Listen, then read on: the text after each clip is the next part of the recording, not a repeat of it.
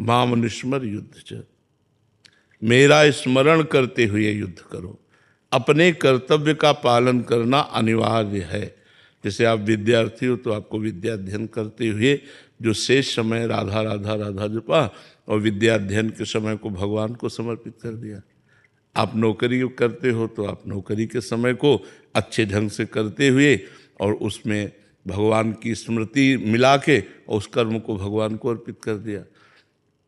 जो भी हम कर रहे हैं वो भगवान का कार्य कर रहे हैं, क्योंकि सृष्टि भगवान की है ना, परिवार भगवान का है ना। अच्छा, ये शरीर भी तो भगवान का ही है ना, भगवान का दिया हुआ शरीर। हम इस शरीर को नष्ट करने का अधिकार नहीं रखते। तो ये शरीर भी तो भगवान का दिया हुआ है, परिवार भगवान का दिया हुआ है, ये सृष्टि भगवान के। तो हमें जो कार्य दिया गया वो अनिवार्य है करना। अगर हम गृहस्थ मार्ग में तो हमें गृहस्थ धर्म का, विरक्त मार्ग है तो विरक्त धर्म का।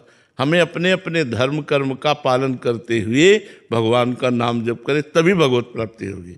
ऐसे कायर कहा जाएगा, कायर का मतलब समझते ना, ऐसे कायर कहा जाएगा। तो हम तो विरक्त हैं, हमारा जब भजन ही उद्देश्य है तो हम आपसे बात क्यों करें। लेकिन हमारा कर्तव्य है कि हमने भिक्षा पाई है संसार की, तो हमें शिक्षा देनी है। हम जितने जीवों को समेट पाए उतने जीवों को भगवान के मार्ग में लगाए, हमारा कर्तव्य है। बुराई से बचावें, अच्छाई में चलावें। तो हमको कैसी भी परेशानी हो अपने कर्तव्य का पालन करना ही है। तो ऐसे ही जिसको जो कर्तव्य मिला, डॉक्टर है, मास्टर है, न्यायाधीश है, वकील है, जो जहाँ है, अपने धर्म का पालन, अपने कर्तव्य का पालन, और वो भगवान का स्मरण करते हुए भगवान को समर्पित कर देते, इससे भगवत प्राप्ति हो जाती है। समझ पाए? तो परिवार में भगवान की भावना क्यों करो? हाँ, वो भगवान वास्तविक बच्चा है ही। जैसे मानो भावना करना एक होता है कि है नहीं पर हम भावना करते हैं। जैसे हाइलोजन में लाइट है, एसी में भी तो लाइट है, तो हीटर में भी लाइट है, लेकिन तीनों के कार्य अलग हैं। एक प्रकाश कर रहा है, एक शीतलता प्रदान कर रहा है, एक गर्मी प्रदान कर रहा है। अगर बुद्धिमान न हो तो कह दे वही बिजली गर्मी कैसे प्रदान कर रही है, वही बिजली ठंडा, वो बिजली तो चमक रही है। तो बिजली का क्या स्वरूप, जो यंत्र में पहुंची वही स्वरूप प्रकाशित कर देती है। गड़ासे में पहुंची तो काटने का काम शुरू कर दिया, मोटर में पहुंची तो पानी निकालने का काम शुरू। बिजली बिजली है, सब में बिजली है। तो चाहे पापी हो, चाहे पुण्यात्मा हो, चाहे अपना हो, चाहे पराया हो, चाहे छोटा हो, चाहे बड़ा हो, चाहे जड़ हो, चैतन्य हो, सब में बिजली एक है, वो है परमात्मा। जो पावर है वो परमात्मा है। तो सब में परमात्मा की भावना करनी है, क्योंकि परमात्मा है। एक होता हम भावना कर रहे हैं, पता नहीं है कि नहीं, परमात्मा है।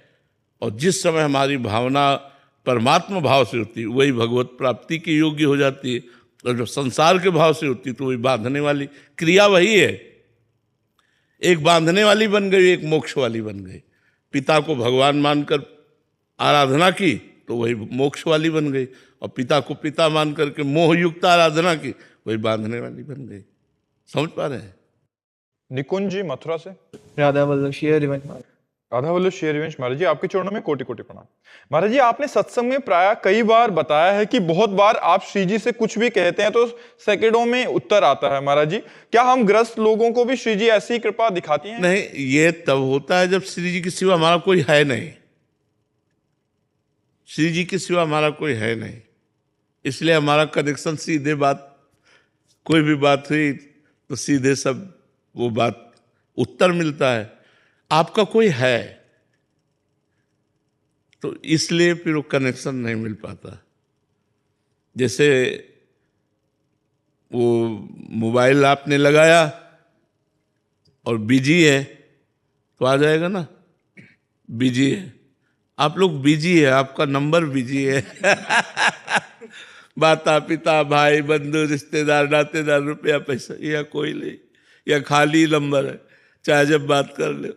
हम बिजी ही नहीं है, हम आप में बिजी है, आपके सिवा कोई है नहीं और आप में ही हम हैं, तो इसलिए लग जाता है। सबकी ममता ताग बटोरी, मम पद मन ही बांध भर डोरी। सबका प्यार एकत्रित करके भगवान के चरणों में रख दिया, अब कनेक्शन फिट है, अब बात कर लो आप। तो अभी अपना प्यार देह में है, देह संबंधियों में बहुत जगह बटा हुआ है, इसलिए वो अनुभव में नहीं आता। भजन करो, धीरे धीरे भगवान के चरणों में प्रेम हो जाए। प्रेम ही कनेक्शन है, जो भगवान से बात करने का है वो प्रेम है। ढाई आखर प्रेम के पढ़े सो पंडित होए। जो प्रेम प्राप्त कर लिया वही विद्वान, वही भगत, वही ज्ञानी, वही सब। तो प्रेम के लिए खूब नाम जप करो, अच्छे आचरण करो, सत्संग सुनते रहो, ठीक है। महाराज जी जैसे फिर श्री जी से कुछ कहते हैं तो वो सुनती हैं फिर? सुनती तो है, लेकिन उत्तर तुम्हें तभी मिलेगा जब सबकी ममता ताक बटोरी। केवल श्री जी से, जैसे मीरा जी कहती, मेरे तो गिरधर गोपाल दूसरो न कोई, मेरे तो गिरधर गोपाल दूसरो न कोई। यहाँ दूसरे बहुत कुछ है, लेकिन बस गिरधरे गोपाल अपने नहीं है, और सब कुछ है नहीं है। तो ये बात आनी चाहिए, तब बात बनेगी। बार बार भगवान से मांगते हैं कि भैया हमारे को तो घर ही दे दो, संसारिकता ही दे दो। तो कोई बात नहीं, अपने पिता से नहीं मांगते क्या? भगवान हमारे पिता हैं, पिता से दिन में 10 बार मांगते तो हमें कोई खेद तो नहीं होता। तो भगवान हमारे तुमेव माता च पिता तुमेव, तुमेव बंधुश्च सखा तुमेव, तुमेव विद्या द्रविणं तुमेव, तुमेव सर्वम मम देव देव। भगवान हमारे पिता है, हमारे स्वामी है, हमारे मित्र है, हमारे सब कुछ। हम उनसे नहीं मांगेंगे तो किससे मांगेंगे? तो हम मांगे, कोई परेशानी नहीं है, पर ना पूरी होने पर हम नाराज ना हो, हम अश्रद्धा ना करें। अब भले थोड़ा हमें बुरा लगे, लेकिन ये मेरे पिता हैं, ये बात थोड़ी हट जाएगी। पिता तो पिता ही है ना, ऐसे ही हमें भगवान से लेना चाहिए। हमने मांगा, वो बात पूरी नहीं हुई तो भगवान ने हमें योग्य नहीं समझा, लेकिन भगवान मेरे हैं। थोड़ा बुरा लगा, यार पूरी हो जाती बात तो अच्छा था, लेकिन नहीं पूरी हुई तो भी भगवान हमारे हैं। भगवान में अश्रद्धा नहीं होनी चाहिए। अगर भगवान में अश्रद्धा हो गई तो हम भगत किस बात के?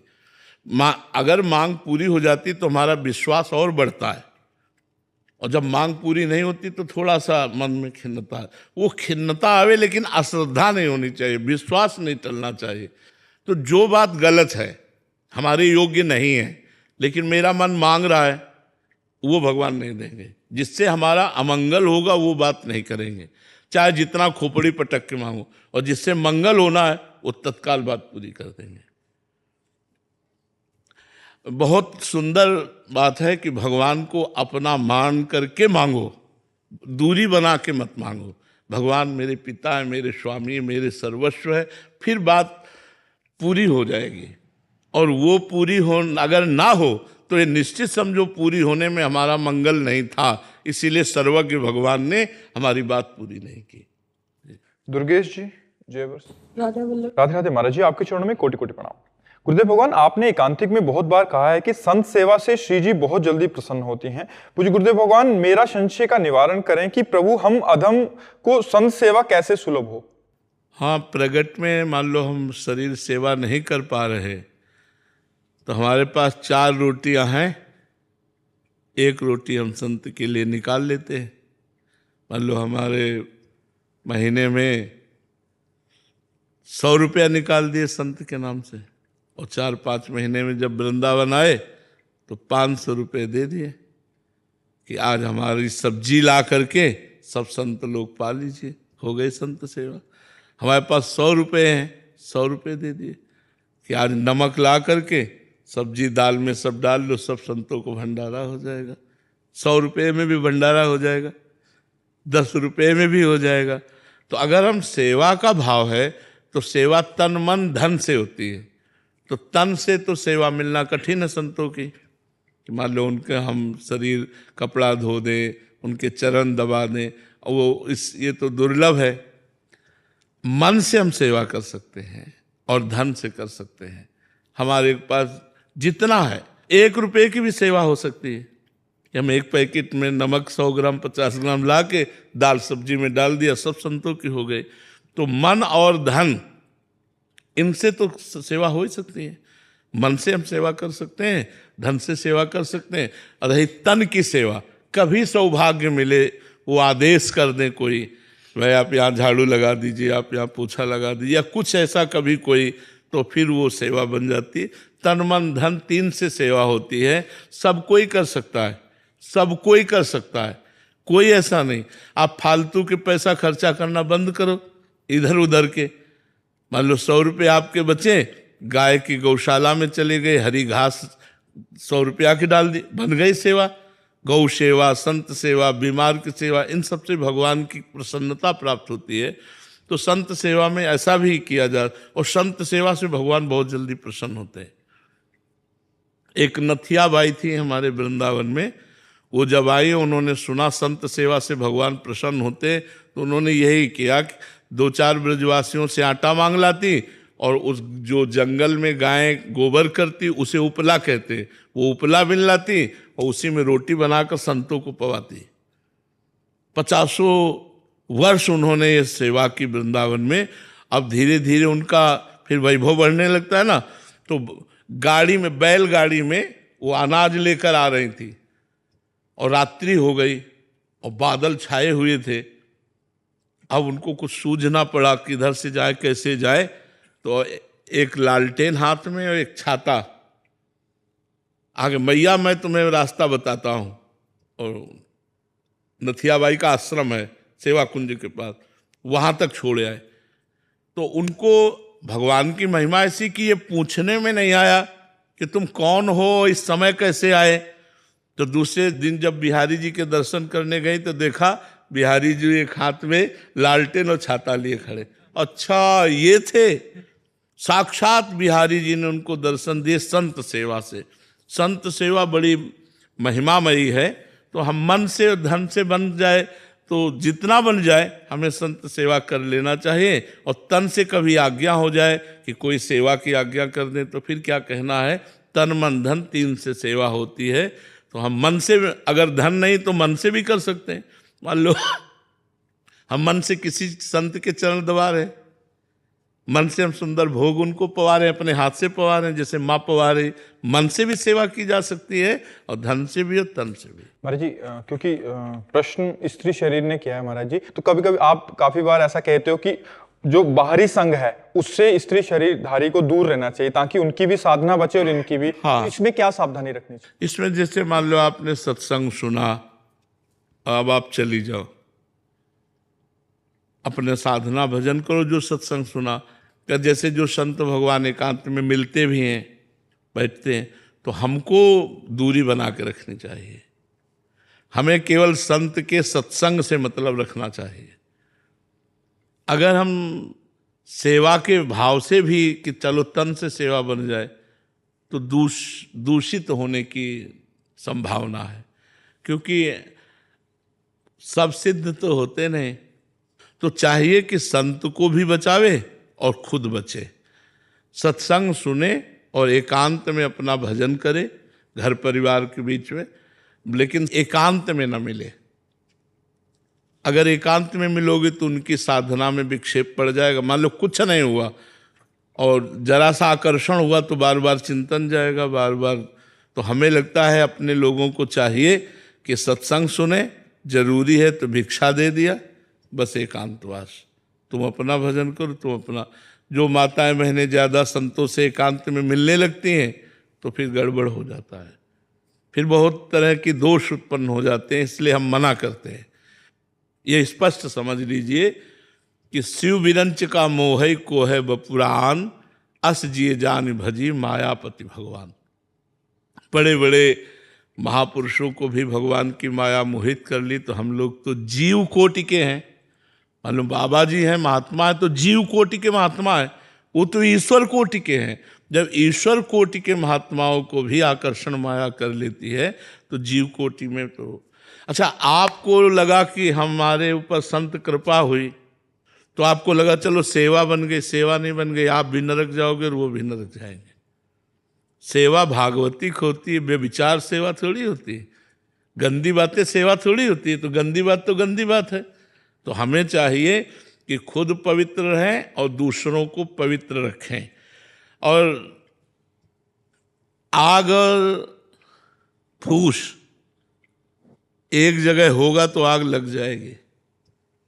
फूस और आग अगर नजदीकी बनी तो आग लग जाएगी, इसमें कोई संशय नहीं है। चाहे जितना बुद्धि लड़ाओ, बुद्धि नहीं काम करेगी, वो आग लग जाएगी। तो हमें चाहिए दूरी बना के रखना। हम इसीलिए सबसे प्रार्थना करते हैं जो परिपक्व महात्मा हैं उनका तो आप कुछ बिगाड़ ही नहीं सकते। जैसे भुना हुआ चना, तो चाहे जितना खाद पानी लगा उसमें अंकुरण नहीं होना। जो परिपक्व, जिनका मन भगवान में लग गया, उनको तो कोई भ्रष्ट ही नहीं कर सकता। लेकिन मन लगाने की चेष्टा कर रहे हैं। कभी मन भोगों में जाता है, कभी भगवान में जाता है। अब यहाँ भ्रष्ट होने के चांस है कि अगर भोग मिल गए तो हम भ्रष्ट हो जाएंगे। तो हमें चाहिए किसी भी संत महात्मा को अगर अपने घर बुलाएं तो घर के जब सदस्य हों तो बुलाएं, निमंत्रण दें, पवाएं और दरवाजे तक छोड़ आवें। अगर संत महात्मा को कहीं घर में रुकाना है तो फिर घर के सदस्य 24 घंटे जब तक संत महात्मा रहें वहीं रहना चाहिए। कभी ऐसी छूट नहीं देनी चाहिए कि आप जा रहे हो बाहर और घर में मन है, गड़बड़ हो जाएगा। पक्का समझ लो, हम इसलिए कह रहे हैं मन बहुत बदमाश है, बहुत बदमाश है। इस पर कभी विश्वास नहीं करना चाहिए, कहीं भी कैसे भी। और ये बड़ा बुद्धिमान है कि पकड़ में ना आवे। नहीं, कुछ नहीं बिगड़ेगा, केवल बात करनी है। चलो बात, कुछ नहीं, केवल मुस्कुराना है, हंसना है, खेल। धीरे धीरे धीरे धीरे वो भ्रष्ट हो जाता है। एक महात्मा थे, हम कई बार सुना चुके हैं, वो नहर में खड़े होकर भजन करते थे। गंगा नहर, नहरें नहीं निकलती, तो नहर में खड़े होकर भजन करते थे जल में, और निर्वस्त्र रहते थे। बड़ा कष्ट सहा जाता है, ठंडी गर्मी सर्दी बरसात। वो महात्मा का जब प्रभाव हुआ तो लोग आने जाने लगे। अब लोग टिफिन लाने लगे, फिर प्रसाद पवाने लगे, फिर धीरे धीरे लोग प्रार्थना करने लगे, महाराज जी माताएं बहनें आती, कपड़ा पहन लिया, तो लंगोटी लगाने लगे। फिर प्रार्थना करने लगे, महाराज जी आप जैसे संत अगर हमारे घर नहीं जाएंगे तो घर किस काम के, घर तो पवित्र होते हैं, आप जैसे संत।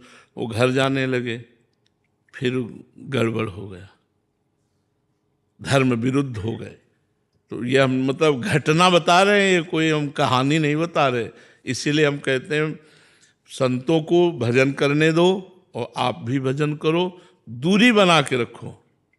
अगर दूरी बनाओगे तो तुम भी पवित्र रहोगे, तुम्हारा भाव भी पवित्र रहेगा। और नहीं भी अगर एक संत से आपका भाव खराब हुआ तो सब संतों के प्रति खराब हो जाएगा, लगेगा सब नाटकीय है। नहीं लगेगा, एक संत के प्रति हमारी दोष दृष्टि हो जाए तो वही दृष्टि हो जाती है। तो इसलिए बहुत सावधान रहो। डॉक्टर अमन जी। राधा वल्लभ श्री हरिवंश बाबा जी। श्री हरिवंश महाराज जी। महाराज जी, सर्वशक्तिमान होते हुए भी भगवान भक्त के प्रेम से क्यों बन जाते हैं? आप प्रेम का प्रभाव ही ऐसा है कि जो भक्त और भगवान दोनों को अधीन रखता है। प्रेम ईश्वर का भी ईश्वर है। थोड़ा सा प्रेम करो, इतना महान ईश्वर, देखो अर्जुन का रथ हाँक रहा है।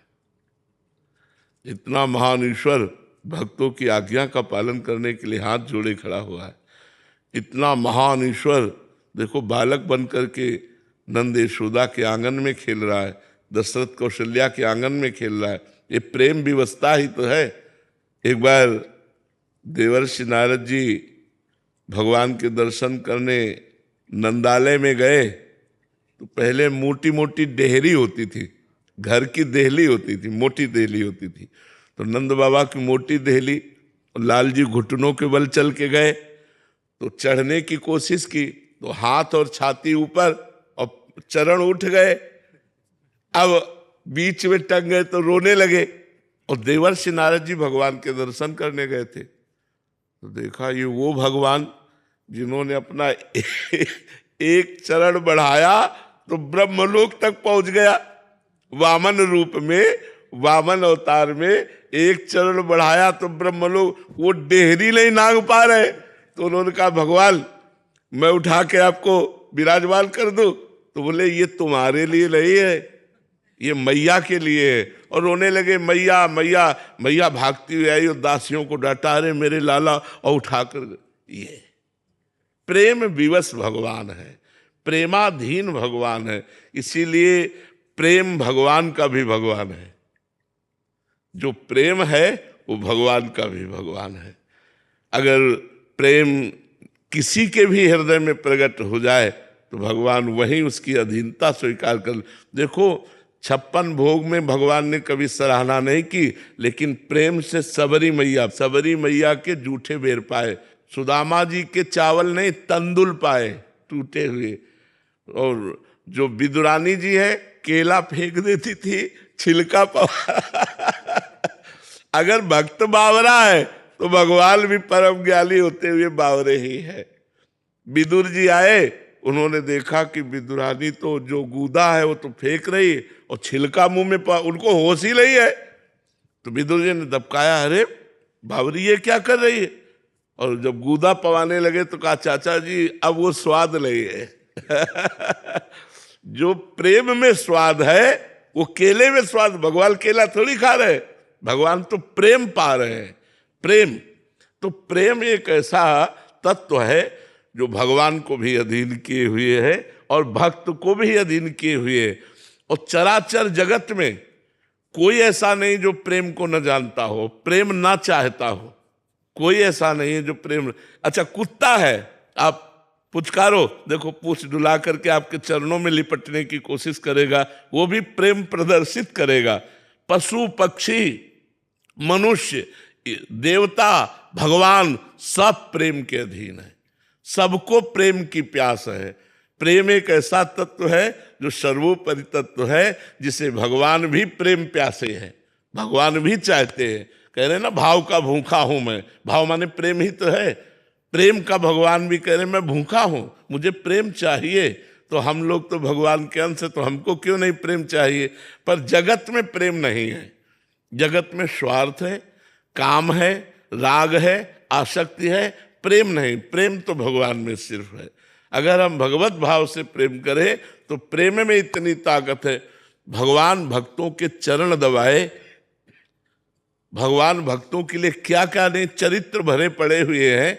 देखो संधि दूत बन करके जा रहे हैं, अरे ब्रह्मांड नायक है, जो आदेश कर दे वही चले। संधि दूत बन के देखो, भगवान से दुर्योधन कह रहा सूजी अग्रे लेके सवा सुई की नोक भर नहीं दूंगा, और उन्हीं का सारा वैभव है अनंत ब्रह्मांड। तो भाई प्रेम एक ऐसा तत्व है जो भक्त और भगवान दोनों को अधीन किए हुए है। प्रेम विवश भगवान भक्तों के पीछे ऐसे जी चंडीगढ़ से राधा वल्लभ श्री हरिवंश गुरुदेव, आपके चरणों में कोटि कोटि प्रणाम। गुरुदेव, आपने एक बार सत्संग में बताया था कि आपने 13 वर्ष की आयु में घर छोड़ दिया था और 15 वर्ष की आयु जब आपकी हुई तो आपके गुरुदेव जो प्रकट में थे वो इस धराधाम से पधारे। तो महाराज जी, आपने अपने जीवन में गुरुदेव के सानिध्य के बिना कैसे काम पूरा जीवन ऐसे थोड़ी व्यतीत किया है। जो ही गुरुदेव अंतर्ध्यान हुए तो गुरुदेव ने अंतर्ध्यान के पहले हमको साधन बताया था। 2 वर्ष सानिध्य रहा तो जो साधन बताया उसके अनुसार चले। और जब 18 या 20 के थे तभी महावाक्य लिया तो दूसरे गुरुदेव भगवान का वर्ण हुआ संन्यास मार्ग में। तो वो जो अंतराय पड़ा प्रगट सानिध्य ना होने पर, उनका उपदेश सानिध्य था। जो साधन बताया था उसी में तन्मयता पूर्वक लगे थे। फिर महावाक्य के गुरुदेव प्राप्त हुए और गुरुदेव भगवान की कृपा से संन्यास मार्ग का, फिर इधर राधा वल्लभी उपासना में वृंदावन की तरफ। तो गुरुदेव अंतर ध्यान की लीला तो की, लेकिन दूसरे रूप में आकर संभाल लिया ना, वही तो संभालते हैं। रूप वो कितने भी बदल लें, वो तो अखंड मंडलाकारम व्याप्तमेन चराचरम, तो रूप तो कोई भी बदल सकते हैं। गुरुदेव भगवान के बिना जीवन ही क्या है? वही जीवन है हमारा, वही हमारे सब कुछ हैं। सर्वस्व रक्षा करने वाले, साधन चलाने वाले, साध्य मिलाने वाले, वही सब कुछ हैं। तो उनका सानिध्य तो जो बीच में अंतराय था, वो साधन जो उपदेश किया था उससे हमें गुरु की दूरी महसूस नहीं हुई। वो नाम जप और जो साधना बताई थी उससे हमें दूरी का अनुभव नहीं हुआ। और फिर प्रगट में गुरुदेव मिल ही गए थे। बाद में फिर महावाक्य आदि के द्वारा आगे यात्रा प्रारंभ हुई। बबलू सोनी जी, राधे राधे महाराज जी। महाराज जी, भगवत प्राप्तियां भगवान के दर्शन के पश्चात हृदय निर्मल या आसक्ति रहित हो जाता है, ऐसा आपके श्रीमुख से काफी बार सुना है। जबकि गुरुदेव भगवान भागवत जी में श्री ध्रुव जी के प्रसंग में भगवान के दर्शन और दिव्य ज्ञान के पश्चात भी उन्होंने भगवान से सर्वोच्च पद की मांग की। महाराज जी क्योंकि उन्होंने लक्ष्य ले लिया था। जब लक्ष्य ले लिया था कि मैं अटल पदवी प्राप्त करूंगा, तो लक्ष्य निर्मल होने के पहले बनाया ना, तो वो लक्ष्य बना रहता है। इसीलिए कहते हैं कि इस मार्ग में वासना लेकर के मत चलो, वासना को नष्ट कर दो। ध्रुव जी ने साधना की, लक्ष्य अटल पदवी की, तो भगवान ने उनको अटल पदवी दी। जब विभीषण जी को रावण ने लात मारा तो मन में विभीषण जी ने कहा आज मार ले, कल इसी सिंहासन पर बैठूंगा और तेरा विनाश करूंगा, अंदर की। तो जब विभीषण जी भगवान राम जी के पास गए तो पहला काम भगवान राम जी ने किया, समुद्र का जल मंगाकर लंकेश कह करके अभिषेक किया। तो विभीषण जी ने कहा प्रभु मुझे आपके चरणों की भक्ति चाहिए, लंकाधिपति नहीं। तो भगवान ने कहा हृदय से देखो। तब कहा उर्कछु प्रथम वासना रही, प्रभु पद प्रीति सरित सो बही। कृपालु पहले थी, तो भगवान ने कहा थी ना, तो इसलिए स्वीकार करो। एक कल्प तक लंका का राज्य स्वीकार करो और मेरी अनपायनी भक्ति भी तुम्हारे हृदय में रहेगी। तो ये जब घर से चले थे ध्रुव जी, तो भगवान के पद की प्राप्ति के लिए लक्ष्य बनाया था। इसलिए ध्रुव जी को जलन हुई, आप भागवत में पढ़ के देखना, ध्रुव जी को जलन हुई कि ऐसे करुणा में भगवान की अनपायनी भक्ति, प्रेम, श्रद्धा ना मांग करके मैंने क्या मांग लिया। ये उनको जलन हुई थी, मैंने क्या मांग लिया।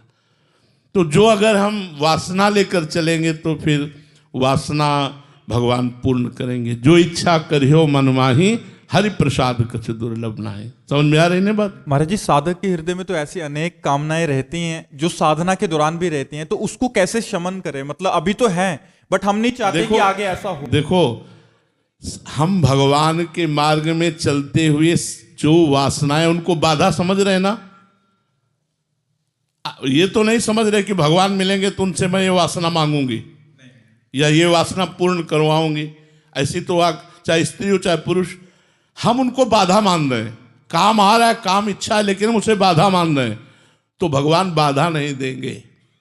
कपिल भगवान के पिता करदम जी ने साधना की कि मुझे सबसे सुंदर, श्रेष्ठ और महान पत्नी प्राप्त हो। 10,000 वर्ष तक साधना की, तो भगवान प्रकट हुए।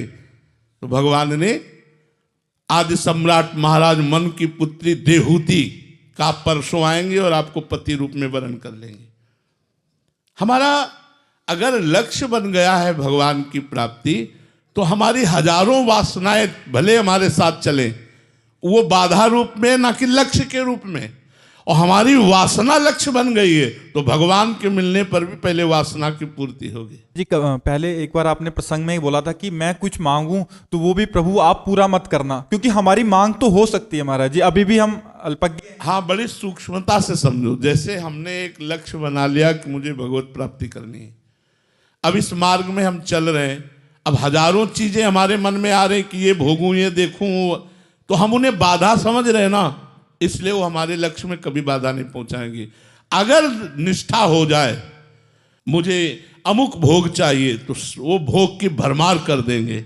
भगवान है ना, तो इसलिए लक्ष्य करके ध्रुव जी चले थे कि मैं अटल पदवी प्राप्त करूंगा, इसलिए उनको अटल पदवी प्राप्त हुई।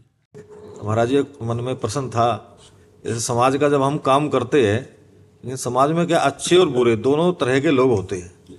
तो कई बार जब हम तो अच्छे मन से काम करते हैं, सामने वाले को देखो, इसीलिए अध्यात्म की स्वयं में बहुत आवश्यकता है। समाज में कल्याण करने के लिए, मंगल करने के लिए जब हम उतरते हैं तो हमें खुद में अध्यात्म का कवच धारण करना पड़ेगा। मानापमानस तुल्यो, तुल्य निंदात्म संस्तुति। एक आदमी आकर के आपको प्रणाम करे, आप बहुत अच्छा काम करते हैं समाज कल्याण के, एक ने आके थापड़ मार दिया, थापड़ मार देने वाले के प्रति भी आपको मुस्कुरा के कोई बात, किसी को मारने मत दो और मुस्कुरा करके उसे टाल दो। ये अध्यात्म शक्ति आप में आनी चाहिए, क्योंकि संसार में अगर विवेकवान भी हैं तो अविवेकी भी हैं। जब आप अविवेकी को संभालने चलेंगे तो जैसे सांप को आप चाहे जितना प्यार करो, उसके पास मुंह ही है, वो काटने की चेष्टा करेगा, क्योंकि वो हाथ पैर तो उसके है नहीं। तो अज्ञानी के पास केवल अज्ञान है, वो आपके साथ व्यवहार अज्ञान जैसा करेगा। हो सकता है आपका अपमान कर दे, हो सकता है वो बोलना चाहता है ऐसी बातें बोल दे जो आपको चुभे। आपको इतना परिपक्व रहना है कि किसी की अपमानजनित चेष्टा आपको दुखी न कर पावे। आप परोपकार करें और वो आपका अपमान करे और आप मुस्कुरा दें, ये आप में क्षमता होनी चाहिए। जगत कल्याण करने के लिए, जगत मंगल करने के लिए हमें अध्यात्म रूपी कवच धारण करना पड़ेगा, नहीं हम दुखी हो जाएंगे। अगर हम दुखी हो गए तो फिर दूसरे को सुखी कैसे कर पाएंगे। अशांतस्य कुतः सुखम, जो अशांत हो गया वो सुख कैसे दे सकता है, क्योंकि स्वयं अशांत। जब हमारी सत चेष्टा का परिणाम असत आवे, हमने किया अच्छा और वो हमारे साथ बुरा व्यवहार कर रहा है और हम मुस्कुरा दे, सहन कर गए, प्रसन्न रहे, ये हमारी क्षमता होनी चाहिए। तो ये क्षमता है कि भगवान के नाम जप से आप भगवान